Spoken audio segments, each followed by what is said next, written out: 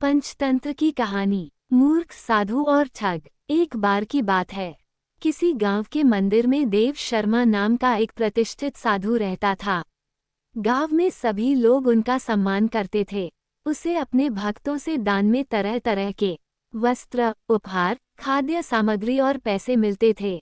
उन वस्त्रों को बेचकर साधु ने काफी धन जमा कर लिया था। साधु कभी किसी पर विश्वास नहीं करता था और हमेशा अपने धन की सुरक्षा के लिए चिंतित रहता था। वह अपने धन को एक पोटली में रखता था और उसे हमेशा अपने साथ लेकर ही चलता था। उसी गांव में एक ठग रहता था। बहुत दिनों से उसकी नज़र साधु के धन पर थी। ठग हमेशा साधु का पीछा किया करता था, लेकिन साधु उस गठरी को कभी अपने से अलग नहीं होने देता। आखिरकार उस ठग ने एक छात्र का वेश धारण किया और उस साधु के पास गया। उसने साधु से मिन्नत की कि वो उसे अपना शिष्य बना ले, क्योंकि वह ज्ञान प्राप्त करना चाहता था।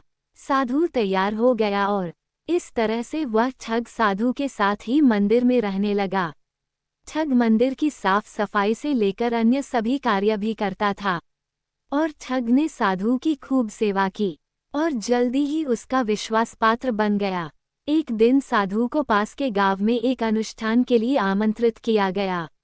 साधु ने वह आमंत्रण स्वीकार किया और निश्चित दिन साधु अपने शिष्य के साथ अनुष्ठान में भाग लेने के लिए निकल पड़ा। रास्ते में एक नदी पड़ी और साधु ने स्नान करने की इच्छा व्यक्त की।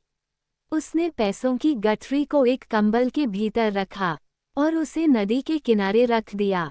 उसने ठग से सामान की रखवाली करने को कहा और खुद नहाने चला गया। ठग को तो कब से इसी पल का इंतजार था। जैसे ही साधु नदी में डुबकी लगाने गया, वह रुपयों की गठरी लेकर चंपत हो गया। शिक्षा: किसी अजनबी की चिकनी चुपड़ी बातों में आकर उस पर विश्वास नहीं कर लेना चाहिए।